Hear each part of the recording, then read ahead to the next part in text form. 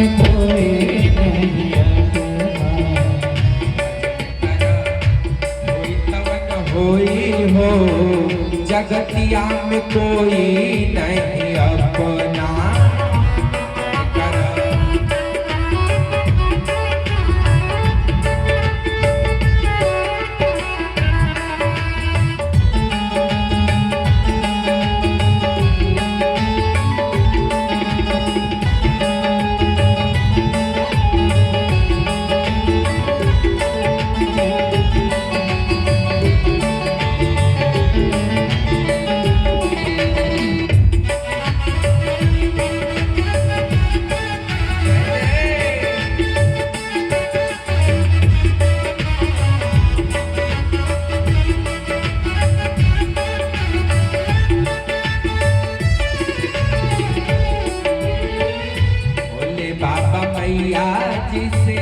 अनुभव कहे अपना।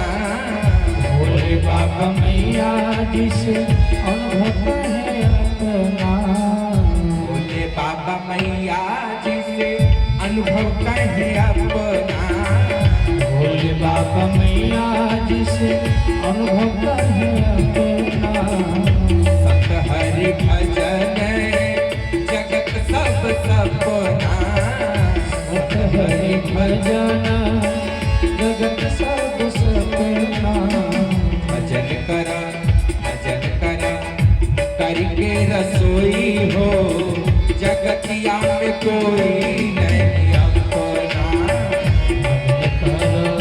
करके रसोई हो जगतिया में कोई नहीं अपना। कोई नहीं अपना, कोई नहीं अपना जगतिया में कोई नहीं अपना। भजन कर कोई जवन होई हो जगतिया में कोई नहीं अपना। भजन कर कोई जवन होई हो जगतिया में कोई नहीं अपना।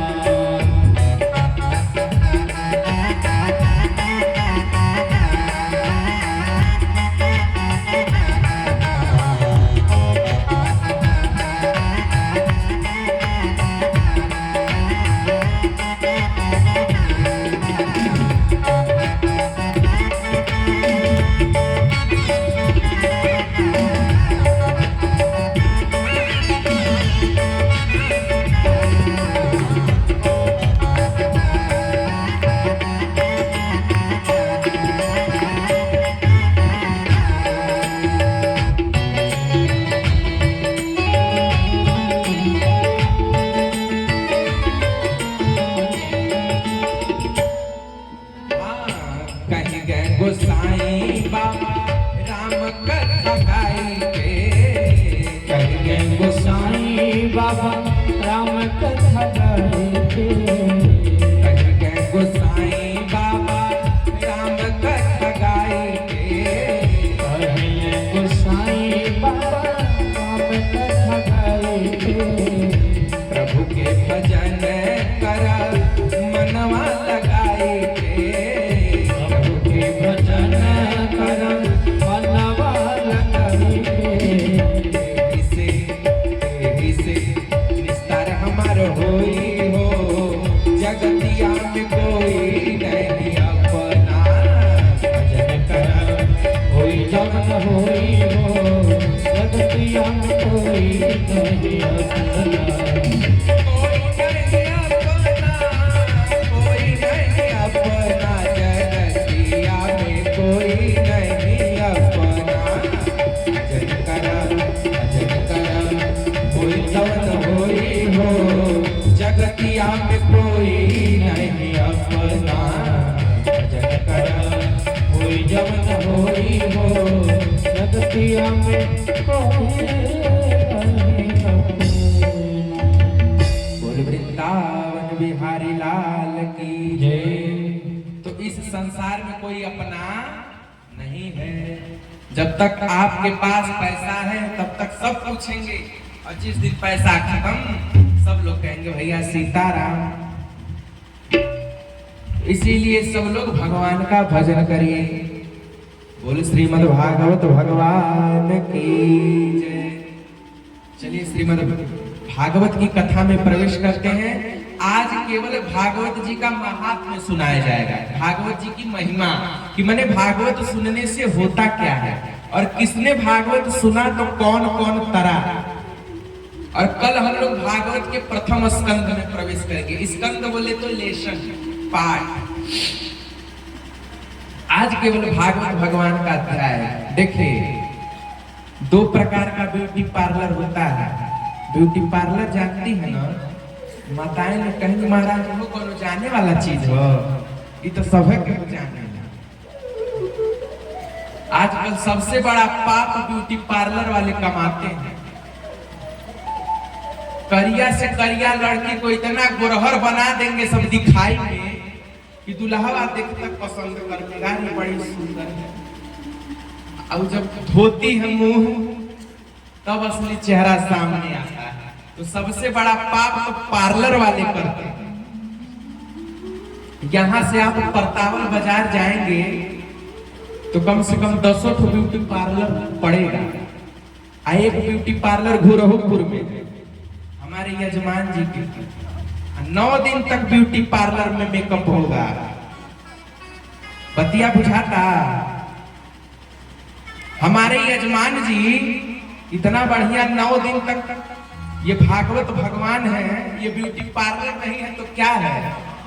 एक ब्यूटी पार्लर वो है दुनिया में और एक ब्यूटी पार्लर यहाँ है। दोनों ब्यूटी पार्लर है, बस फर्क इतना है कि उस ब्यूटी पार्लर में तन का श्रृंगार होता है और भागवत भगवान की ब्यूटी पार्लर में मन का श्रृंगार होता है।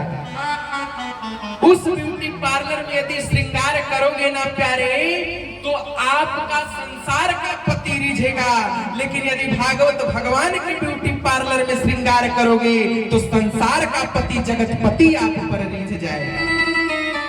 दोनों ब्यूटी पार्लर है। ब्यूटी पार्लर में माताएं लोग जाती हैं तो ब्यूटी पार्लर वाला पोत देगा पता नहीं क्या। अब रामायण का नाम है उसका, हाँ, हमारे तबला वाले भैया बता रहे हैं, कहें कि ये जाते रहते हैं और पोत के और खीरा रख देगी तो कहेगी ऐसा 3 घंटा रहो, हिलना डुलना नहीं है। वहां 3 घंटा ऐसे रहेंगे जैसे मुर्दा पड़ा हो। यहाँ कोई कहता कि 3 घंटा बैठ के कथा सुन लीजिए तो रामदेव बाबा का सब आसन कर देंगे, सब आसन। बोल वृंदावन बिहारी लाल की जय। चलिए श्रीमद् भागवत की कथा में प्रवेश करते हैं। अस्तु ये तो परिहास का विषय है। श्रीमद् भागवत के महात्मा का पहला श्लोक सब लोग, आप लोग श्लोक जानते होंगे। हाथ जोड़िए और भगवान कृष्ण का ध्यान करिए और आज श्रीमद् भागवत के महात्मा का पहला श्लोक बोला जाने वाला है। सच्चिदानंद रूपाय विश्वोत्पत्त्यादि हेतवे तापत्रय विनाशाय श्री कृष्णाय वयं नुमः। ये भागवत जी के महात्मा का पहला श्लोक। भागवत के महात्मा में वेद व्यास जी भगवान श्री कृष्ण को प्रणाम करते हैं। किसको प्रणाम करते हैं? श्री कृष्णाय वयं नमः। अच्छा, राधा जी का नाम नहीं लिया, लेकिन भागवत जी में जहां जहां श्री शब्द आया है वहां श्री शब्द का मतलब होता है राधा जी। पूरी भागवत पढ़ लेंगे उसमें राधा जी का नाम नहीं आया है। जानती है क्यों? क्योंकि यस्य राधा नाम ग्रहण मात्रेण 60 मासिकी मूर्छा भवेत्। यदि सुखदेव जी जो भागवत सुना रहे हैं, सुखदेव जी यदि एक बार राधा जी का नाम सुन लेते तो यदि यस्य राधा नाम श्रवण मात्रेण 60 मासिकी मूर्छा भवेत्, वो 6 महीने की मूर्छा में चले जाते थे। तो कथा तो 7 ही दिन में सुनानी है परीक्षित को, और जब राधा नाम सुन लेंगे तो 6 महीने की समाधि लग जाएगी, तो न इधर के न उधर के। तो उन्होंने सोचा कि राधा नाम से थोड़ा हम शॉर्ट टेम्पर्ड होते हैं उसको हटाते हैं, केवल कृष्ण जी का नाम लेंगे। लेकिन भागवत में जहां जहां श्री शब्द आया है, श्री मतलब होता है श्री राधा रानी, इसीलिए श्री कृष्णाय वयम। श्री राधा रानी, श्री राधा कृष्ण को बारंबार प्रणाम। सतचित आनंद, मैं सत्य की वंदना करता हूं। अच्छा माता जी आप बताइए सत्य किसको कहते हैं? हमारी जजमानी जी बताएंगे सत्य किसको कहते हैं। हाँ? अरे बोली बोली, या तो ऐसे या तो ऐसे, ऐसे दो में से कर। जब नहीं आ रहा है तो ऐसे ऐसे कर दीजिए, मगर महाराज जी नहीं आ रहा है तब हम बताएंगे सत्य किसको कहेंगे। कौन सा ऐसा गुण आप देख लें कि उसमें एक गुण देख लेंगे तो कहेंगे हाँ ये सत्य है, सदैव सत्य रहेगा। एक गुण केवल जो कभी न बदले उसी को सत्य कहते हैं, जो कभी न बदले उसी को सत्य कहते हैं। आज ये हमारे जजमान जी का घर है, 100 साल बाद आएंगे तो क्या ये घर ऐसे ही रहेगा? बदल जाएगा, हो सकता है दूसरा घर बन जाए, हो सकता है कुछ टूट फूट जाएगा। यानी 100 साल बाद आएंगे तो ये घर ऐसे नहीं रहेगा, बदल जाएगा। आज हम इतने छोटे हैं, 20 साल बाद हम इतने ही छोटे रहेंगे क्या? बड़े हो जाएंगे। मतलब हम भी बदल गए, इसका मतलब हम भी सत्य, जो चीज बदल जाए समझिए वो सत्य नहीं है। तो सत्य कौन है? बोले सत्य कहिए जो बिन सैना है, सत्य कहिए जो बिन सेना है, सत्य कहिए जो बिन सैना है, ओ सत्य कहिए जो बिन सेना है।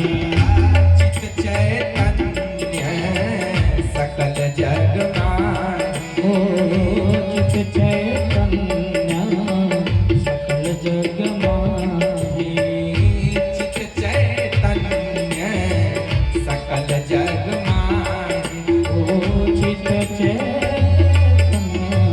सकल जग माहि। घट घट में जो करहि अनंता, घट घट में जो करहि घट में आनंदा बाको नाम सच्चिदानंदा, बाको नाम सच्चिदानंदा, बाको नाम सच्चिदानंदा, बाको नाम सच्चिदानंदा। जिसका कभी विनाश न होता हो समझिए वही सत्य है। और दुनिया में जो जो चीज आप देख रही हैं, सोच रही हैं, सबका विनाश होगा। केवल हमारे राम जी का, हमारे सीताराम जी का कभी विनाश होने वाला नहीं है। अहमेवास्मेवाग्रे नान्यद यत् सत् सत् परम पश्चादहं यदेतच्च यो अवशिष्येत सो अस्म्यहम्। रीते अर्थम यत प्रतीत न प्रतीयत चात्मनि तद विद्यादात्मनो मायां यथा आभासो यथा तमः। यथा महान्ति भूतानि भूतेषु चावचेष्वनु प्रविष्टान्य प्रविष्टानि तथा तेषु न तेष्वहम्। एतावदेव जिज्ञास्यं तत्त्व जिज्ञासुनायात्मनः अनवय व्यतिरेकाभ्याम यत स्यात् सर्वत्र सर्वदा। माने भगवान का कभी विनाश नहीं होता, और जिसका विनाश न हो समझिए वही सत्य है। तो हम लोग किसको प्रणाम करें? हम लोग सत्य को प्रणाम करें, माने राम जी को प्रणाम करें। बोल श्री सीता रामचंद्र भगवान की जय। इसीलिए भागवत में पहले श्लोक में सत्य को प्रणाम किया गया है, जो सत्य है। देखिए सबसे पहले जो भागवत महापुराण था वो ब्रह्मा, वो विष्णु जी ने ब्रह्मा जी को सुनाया। सबसे पहले बोली सहे सबसे पहला भागवत किसने सुनाया? विष्णु जी ने। अरे बोलिए बोलिए। विष्णु जी ने ब्रह्मा जी को सुनाया, और वो भागवत केवल 4 ही श्लोक का था। जिसको चतुश्लोकी भागवत कहते हैं। अहम वासमी वाग्रे नानी देव बोले हैं तुरंत। तो उसके बाद से ब्रह्मा जी ने वही चतुश्लोकी भागवत अपने पुत्र नारद जी को सुनाया। नारद जी ने वही 4 श्लोक की भागवत वेद व्यास जी को सुनाया और वेद व्यास जी ने उस 4 श्लोक को 18,000 श्लोक में बांट दिया।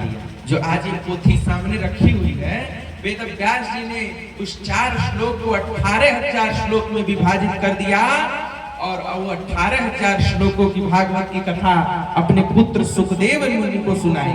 और वही सुखदेव जी ने भागवत की कथा 7 दिन में परीक्षित को सुनाई और आज तक साप्ताहिक कथा का नियम चलता चला आ रहा है। बोले श्रीमद् भागवत भगवान की जय। इस प्रकार से भागवत का विस्तार हुआ। अब भागवत के दूसरे श्लोक में सुखदेव जी की वंदना की गई है। यम प्रवर्जन्तम अनुपेतम पेत कृत्यम द्वैपायनो विरह कातरया जुहा पुत्रेति तन्मयतया तर्वोभिने स्तम सर्वभूत हृदयं मुनिमानतोऽस्मि। दूसरे श्लोक में सुखदेव भगवान को प्रणाम किया गया है। सुखदेव भगवान कौन है? वेद व्यास जी के पुत्र हैं। वेद व्यास जी कौन है? 18 पुराणों को जो लिखे हैं वही है वेद व्यास। और वेद व्यास जी के पुत्र हैं सुखदेव जी।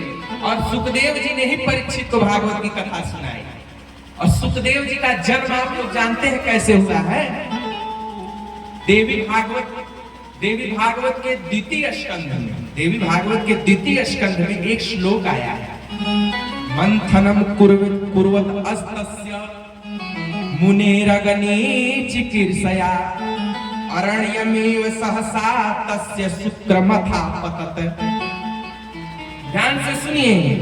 एक बार वेद व्यास जी शाम के समय अरण्य मंथन कर रहे थे। अरण्य मंथन बुझा था नहीं समझ रही है? पहले के जमाने में ऋषि लोग यज्ञ के लिए अग्नि पैदा करते थे। ऐसे लकड़ी रगड़ते थे। आज भी कहीं यज्ञ होता होगा तो आप देखेंगे ऐसे लकड़ी रगड़ा जाता है, अग्नि भगवान प्रकट हो जाते हैं। तो वेद व्यास जी अरण्य मंथन कर रहे थे। तो अरण्य में सहसा, अब अरण्य मंथन कर रहे थे तब तक घृताक्षी नाम की अप्सरा आ गई। कौन आ गई? घृताक्षी नाम की अप्सरा। अब महर्षि वेद व्यास को देखी तो ब्रह्मचर्य के बल से महर्षि वेद व्यास पुष्ट थे और अभी अग्निहोत्र से निवृत्त होकर बैठे थे। तब तक घृताक्षी अप्सरा की दृष्टि वेद व्यास पर पड़ गई। अब घृताक्षी अप्सरा ने सोचा यदि डायरेक्ट जाऊंगी तो ऋषि हमको मार पीट के सोझ कर देंगे, जला देंगे, इसीलिए डायरेक्ट नहीं जाऊंगी। पशु पक्षी का रूप बना करके जाते हैं। तो तोती का रूप बना करके गई। घृताक्षी अप्सरा जो है वो तोती बन गई, सुखी। और तोती का रूप बन करके गई वेद व्यास जी के सामने।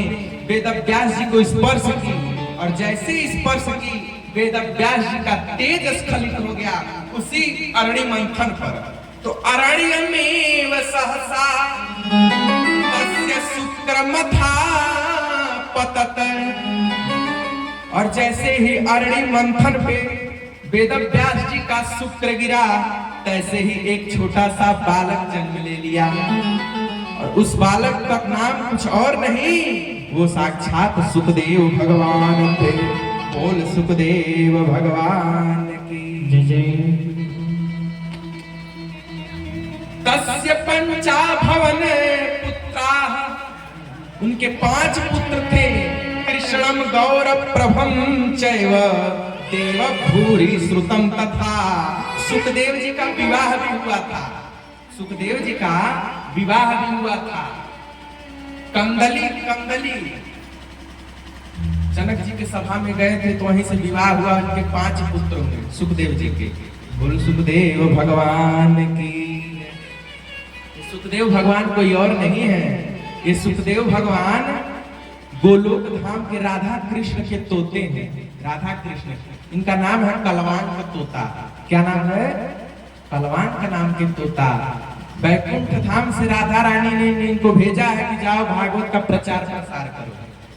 इस प्रकार से सुखदेव जी जब जन्म लिए तो जन्म लेते ही सुखदेव भगवान, अभी जनेऊ नहीं हुआ था, छोटा सा बालक जन्म लेते ही घर से बाहर निकलने लगा। सुखदेव जी का अभी जन्म हुआ था, तब तक बोले पिताजी अब मैं वन की ओर जा रहा हूं तपस्या करने। अब किसी छोटे से बालक का जन्म हो, अब कहे पिताजी मैं जा रहा हूं तपस्या करने, तो पिताजी जाने देंगे क्या? सुखदेव जी ने कहा नहीं मैं जाऊंगा। सुखदेव जी जाने लगे, जंगल में जाने लगे तो वेद व्यास जी ने एक श्लोक बोला,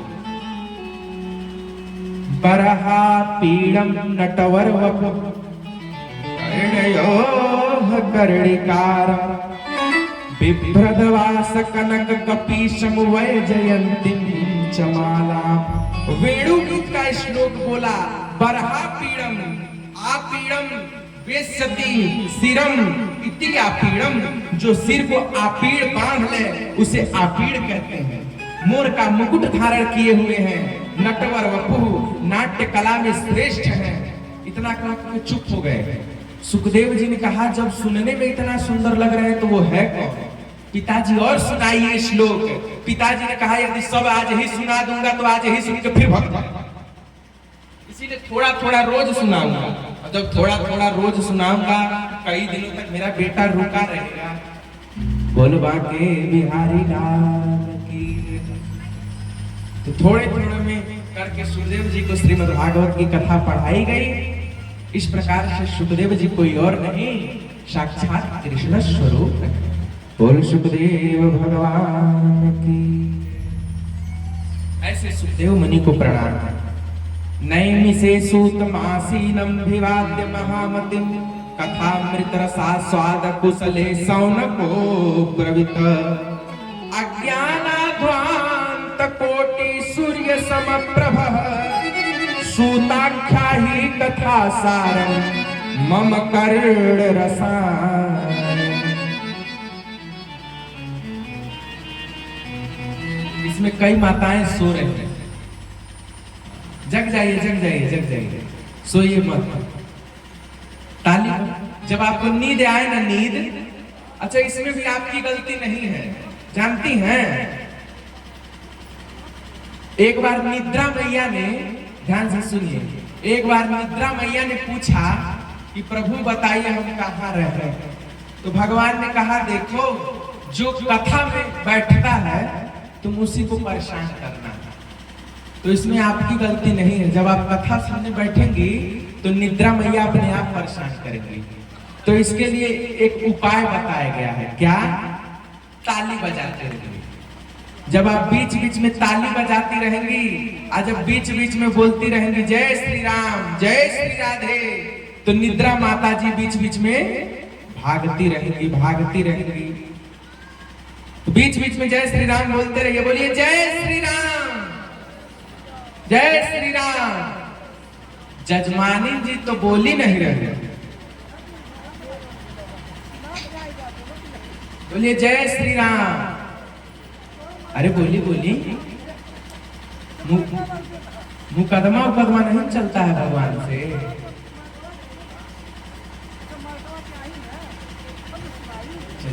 बीच बीच में जय जय श्री राम बोलते रहिए, निद्रा माता भगती रहेंगी और आप लोग कथा सुनते रहेंगे। कई लोग बीच कथा में उठ के चले जाते हैं घर। अच्छा चलिए कोई काम रहता है तब तो समझ में आता है, चलो भाई काम है, भोजन बनाना है, घर में बहुत चौआ चापर है तो काम तो देखना पड़ेगा। कई लोग बिना काम के बिचवा कथा में से उठ के घरे जाना, सुते जाना। तो बिना काम के यदि कथा में से उठ के जाएंगी तो जो कथा सुनता है ना उसका सारा दुख बलाई उसका शरीर छोड़ देता है। अच्छा आप लोग बताइए, आप इतने देर तक कथा में बैठी हैं, आपको अपने घर की परेशानी याद आई? नहीं याद आई ना? इतने देर तक आप अपनी समस्या भूल गए कि नहीं भूल गए? तो जो कथा के बीच में बैठा रहता है सारी समस्या सारी परेशानियां उसका शरीर छोड़ देती है। तो समस्याओं ने पूछा कि हे प्रभु बताइए हम कहां जाएं? तो भगवान ने कहा देखो बीच कथा में से जो उठकर अपने घर जाता हो तुम उसी का रास्ता पकड़ लेना और उसी के घर चली जाना। इसीलिए बीच कथा में उठकर जाना। अच्छा, काम हो तो जा सकते हैं। चलिए भाई, कोई अर्जेंट काम आ गया। बोल श्रीमद् भागवत भगवान की जय। 18 पुराणों का वाचन श्री सूत जी ने सौनक आदि ऋषियों को सुनाया। नैमिषारण्य क्षेत्र पर, नैमिषारण्य के भूमि पर 18 पुराणों का वाचन हुआ, जिसमें 18 पुराणों के प्रवक्ता हैं श्री सूत जी। बोल सूत भगवान की जय। देखिए 18 पुराण या फिर कोई भी ग्रंथ आप उठा करके देख लीजिए, हर कथा एक प्रश्न से शुरू होती है। हर कथा एक प्रश्न से शुरू होती है। 18 पुराण की पोथी उठाकर देख लीजिए, हर कथा में पहले प्रश्न किया गया है। यहाँ तक कि रामचरितमानस की भी कथा शुरू हुई है तो प्रश्न से, राम कवन प्रभु पूछन तो ही और कहूं बुझाई कृपा निधि मोहि। राम जी की कथा भी प्रश्न से शुरू हुई है। बिना प्रश्न के कोई कथा शुरू होने वाली नहीं है। एक बार कबीरदास जी माला फेर रहे थे।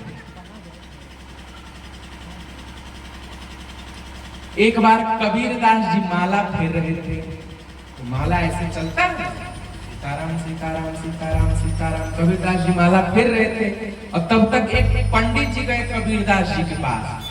कबीरदास जी से पंडित जी ने कहा, पंडित जी, कबीरदास जी आप किसकी पूजा करते हैं? तो कबीरदास जी ने कहा, देखो हम तो राम जी की पूजा करते हैं। क्या कहा? राम जी की पूजा करते हैं। अब पंडित जी ने कहा, कौन से राम की पूजा? कौन से राम की पूजा? कबीरदास जी ने कहा, अब राम तो एक ही है, राम तो एक ही है। यदि कई राम होते तो चलो भैया मैं बता देता। पंडित जी ने कहा, नहीं, 4 नाम है, कहो तो हम गना दें। बोले गना दो।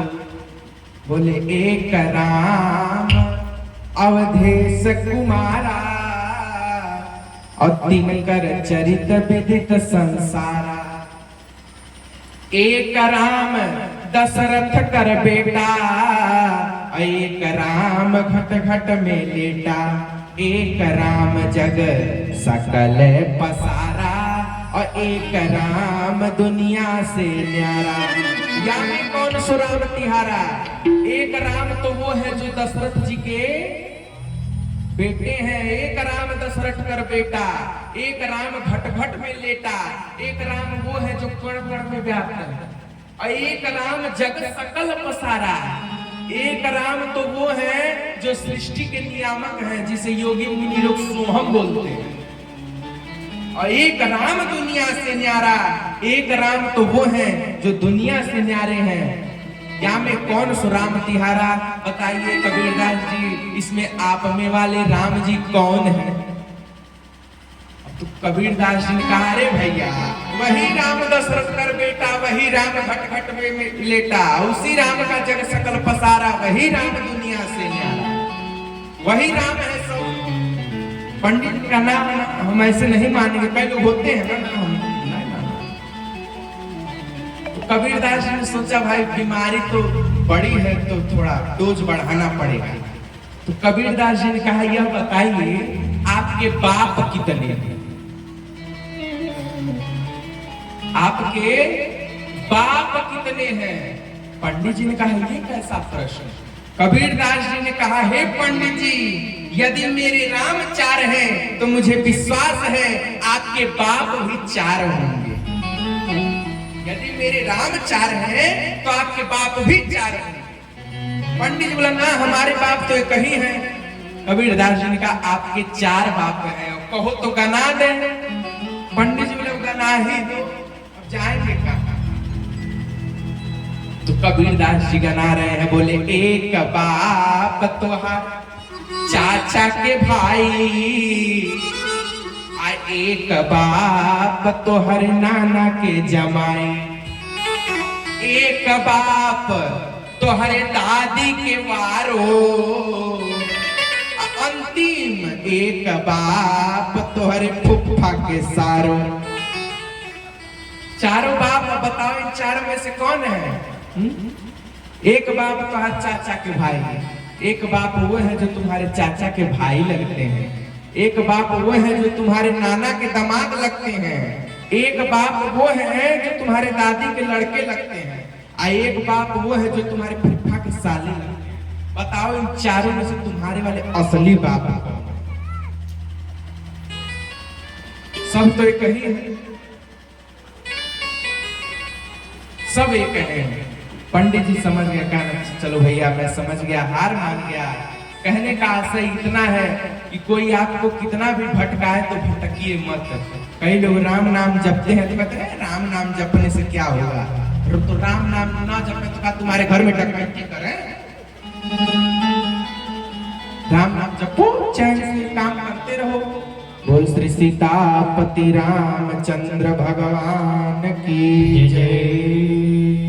राम नाम जपते रहिए, काम करते रहिए। इस प्रकार से सौनकादि ऋषियों ने सूत जी से प्रश्न किया कि सूताख्याहि कथा सारम मम कर्ण रसायनम, आप हमें सार गर्भित कथा सुनाइए, ऐसी कथा सुनाइए जो हमारे कानों को रसायन प्रदान करे। कर्ण रसायनम और कृष्ण प्राप्ति कर्म शाश्वतम साधनम तत्वदादिना, आप हमें ऐसी कथा सुनाइए जिससे भगवान कृष्ण की प्राप्ति हो जाए। तो सूत जी ने कहा ऐसी तो एक ही कथा है। काल प्याल मुख ग्रास त्रास निर्णास हेतवे, श्रीमद् भागवतम शास्त्रम कलौ कीरेण भाषितम। ऐसी तो श्रीमद् भागवत की ही कथा है जिससे भगवान की प्राप्ति हो सकती है, अन्य कोई साधन। माता जी ध्यान से सुनिए, बहुत अच्छी बात आपको बताने जा रहे हैं। परीक्षित जी को 7 दिन में मरने का श्राप मिला था, सबको पता है कि नहीं पता है? गुरहुपुर गांव में हमेशा भागवत होता रहता है। हमारे जजमान जी बोल रहे थे कि महाराज जी हमारे गांव इतना अच्छा है, बहुत पवित्र गांव है। हमने कहा क्यों आपके गांव इतना पवित्र क्यों है? तो हमारे जजमान जी बोले देखिए हमारे गांव में हमेशा भागवत जी की कथा होती रहती है। हमने कहा धन्य है गुरहुपुर गांव जहाँ भागवत की कथा हो। जो भागवत की कथा यहाँ हमेशा होती है तो सब लोग भी जानते होंगे कि परीक्षित को 7 दिन में मरने का श्राप मिला था।